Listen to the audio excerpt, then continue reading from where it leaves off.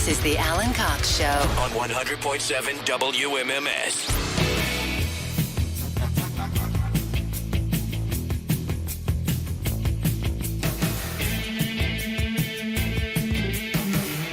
The Cavaliers are set to play tonight. Not far off. 7 o'clock is the tip.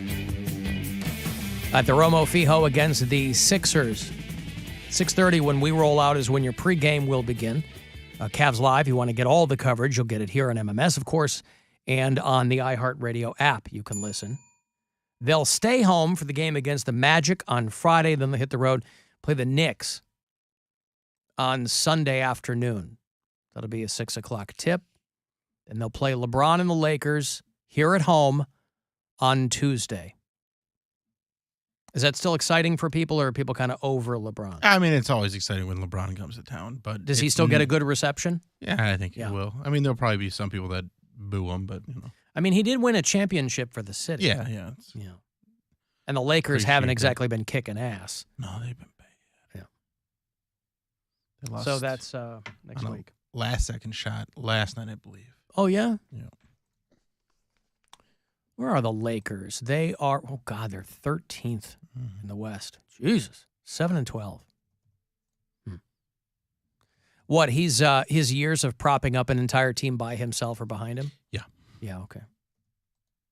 I mean, he's not 35 yet. 37. 37.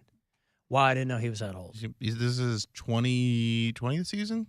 Okay. 21st season, something like that? Oh, good for him. I think this is his 20th season.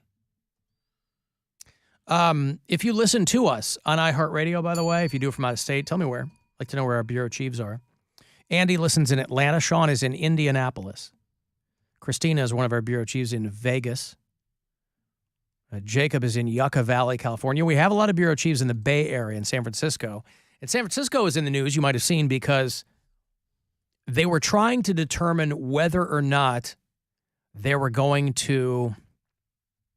There was a proposal that would allow San Francisco police to use robots to employ deadly force. And there were a lot of people, obviously, that were against that because, you know, killer police robots is something that... Right, and besides, they already have a car deal with Ford. They're not going to switch to Tesla. Right. They were like, this is one step closer to things that are in movies.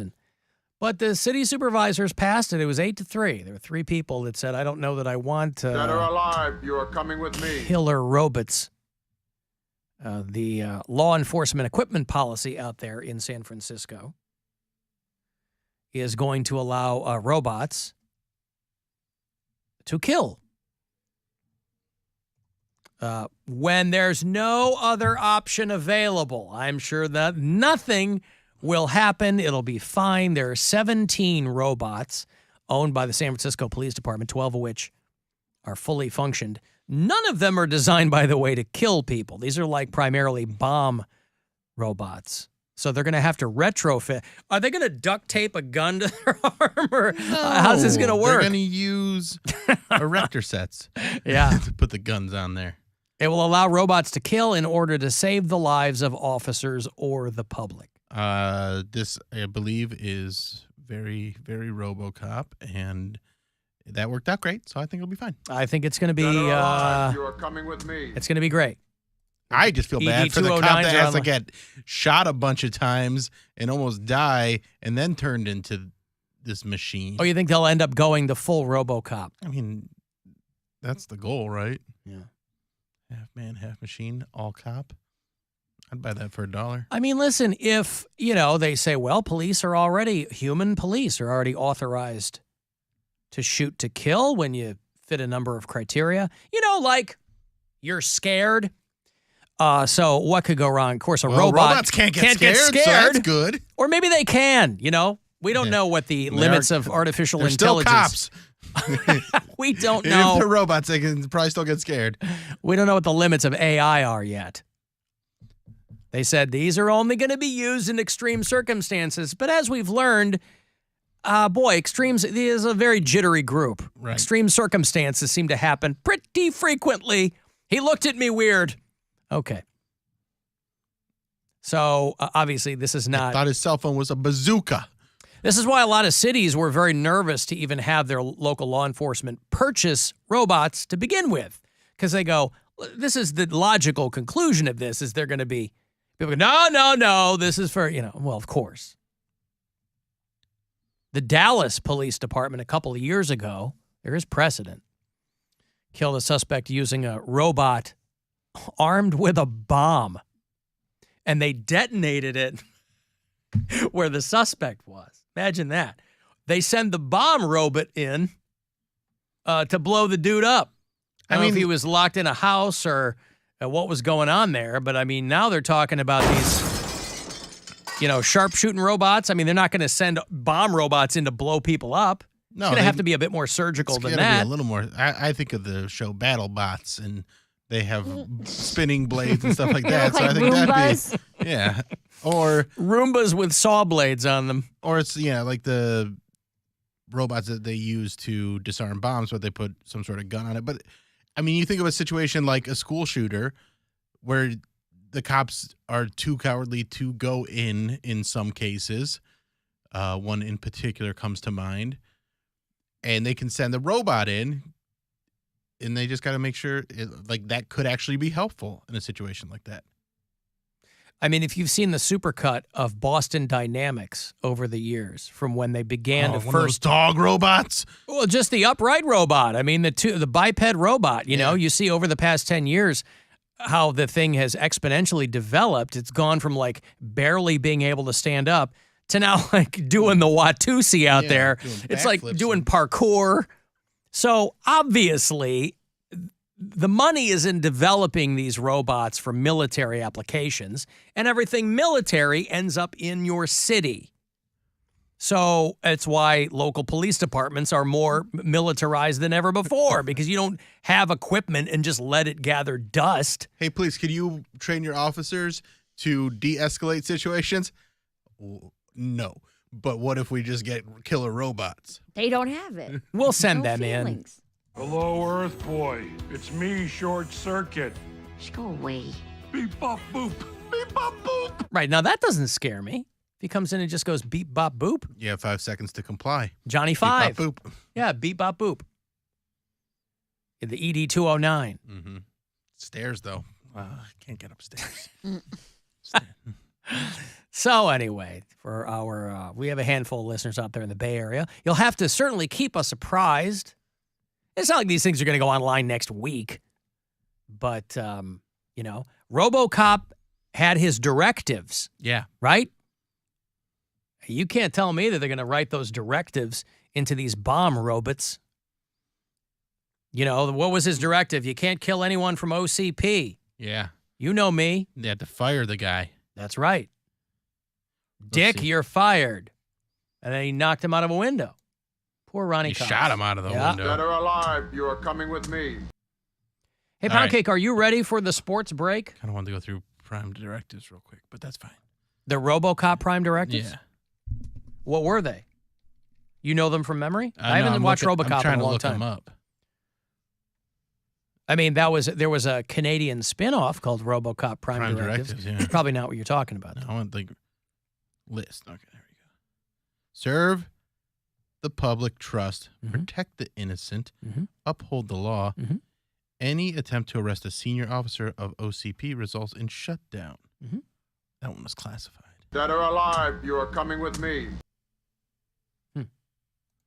Listen, Peter Weller will forever be my RoboCop. I mean, apologies to Robert John Burke, but hashtag not my RoboCop. Joel Kinnaman, you tried, homie.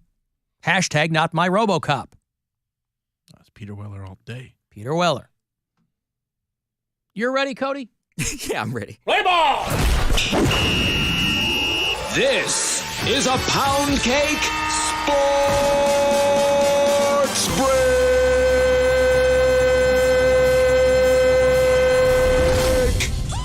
In the headlines today, in the spirit of the World Cup, Mexican boxer Canelo Alvarez is backtracking after threatening to throw hands with Argentinian soccer player Lionel Messi. It was all over a video that surfaced of Messi standing on the Mexican flag in their locker room on Sunday. This pissed off Alvarez because he's Mexican, and he was talking mad S-word for poop on Twitter toward Messi, saying that when he sees him, It's on site. Naturally, I got excited.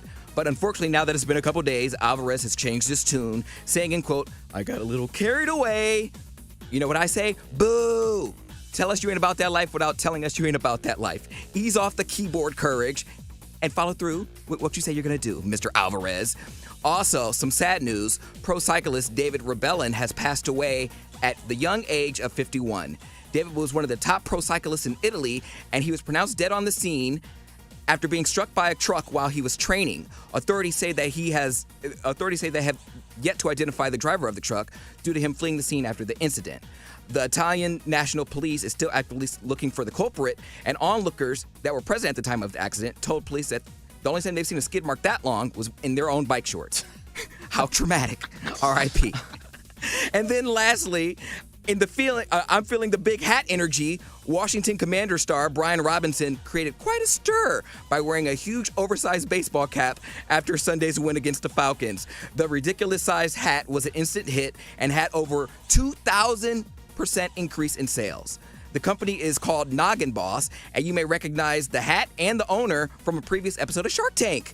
So you too can hide your hair loss and your egghead for a very fair price of $75. And that, ladies and gentlemen, concludes this Poundcake Sports Break. Play ball! This is a Poundcake Sports Break!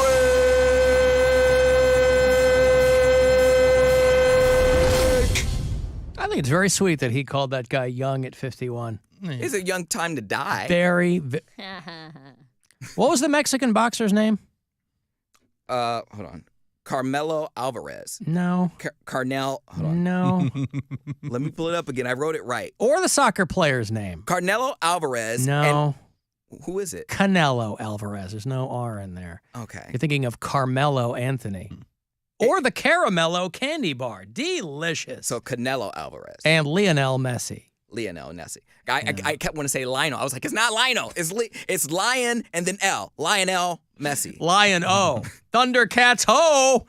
Yeah, Canelo Alvarez is the guy you were thinking. Get enough Canelo of these Alvarez. hats. What's that? These big hats. They're cute, though. They're really cute. How are they cute? They're the dumbest thing I've ever seen. It's stupid. They're ridiculous on adults, but on kids, I imagine they would love them. You just put a regular hat on a kid and it's Right. big.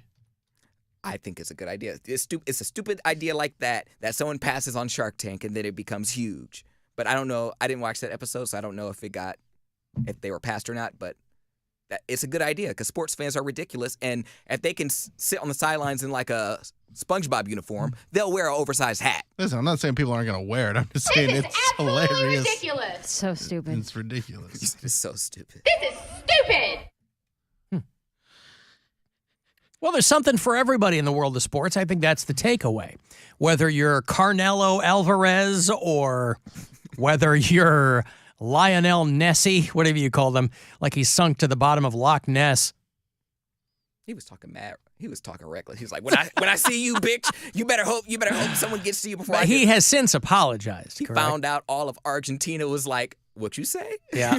you don't say that. He's one boxer in Argentina, a Mexican boxer at that in Argentina. He ain't about to talk that wreck when he end up in like Buenos Aires.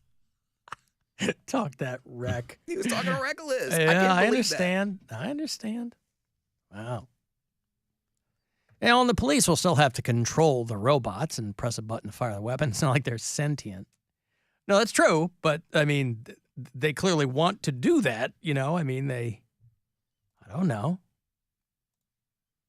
Dead or alive, you are coming with me. That's 5, smart ass. So, worth looking into. But Poundcake's sports break remains. Hey, is his podcast up, by the way? It should be up there now. Okay. What is this week's Poundcake podcast? It's called Oh, How Embarrassing. It's me and Jeremiah, and we're talking about the crazy... From Next Door at Kiss? Mm-hmm. Talk about how our most embarrassing moments being broadcasters. He's been a guest before, right? No, I had him on my podcast. He's making the rounds. Yeah. Most embarrassing moments in broadcasting. Yeah. Who had a lot more?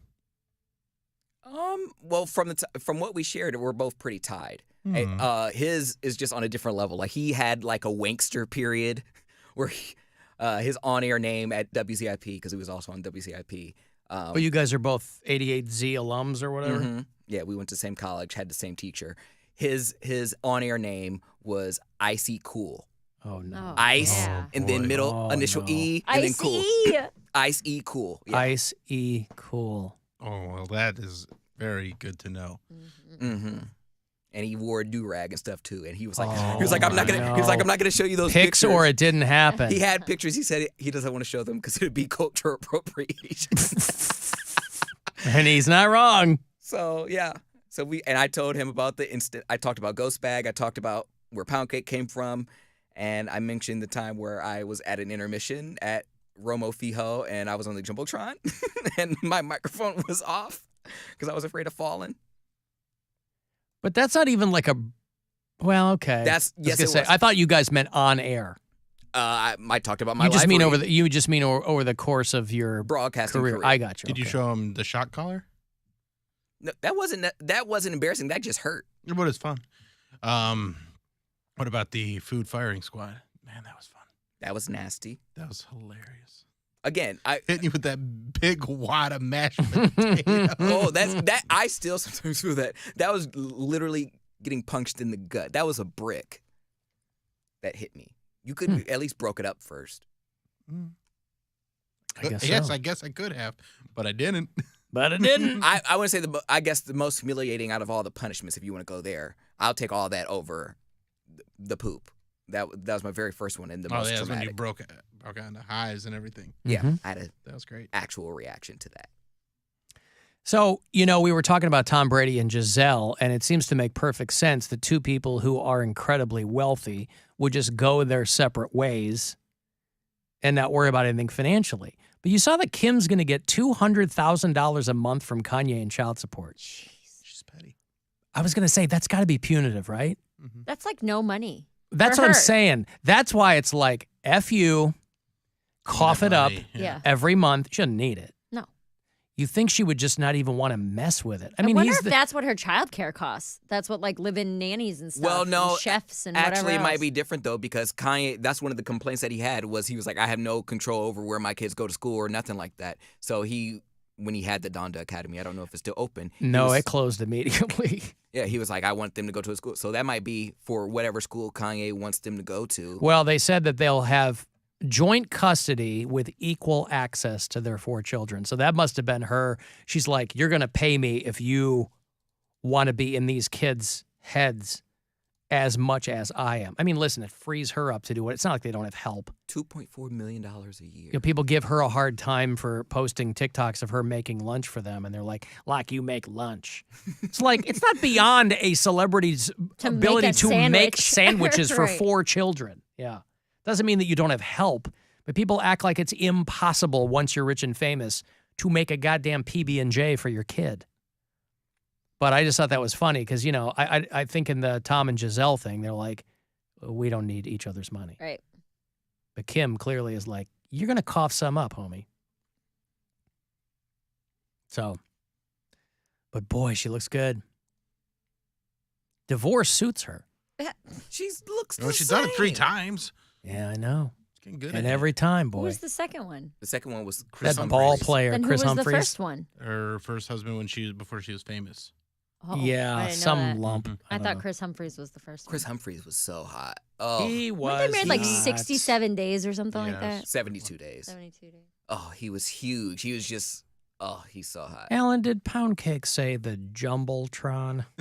Jumbotron. He said All right, I Jumbotron. thought you did. I'm just following Jumbotron's up. hilarious, though. I was like, if I messed it up, I'm sure I probably said it wrong in the podcast too. So go listen to the podcast. Now, let me ask you this. As far as Jeremiah goes, did he count being on your podcast as one of his embarrassing moments? No. DJ Ice E Cool or DJ Cobra? Which is worse?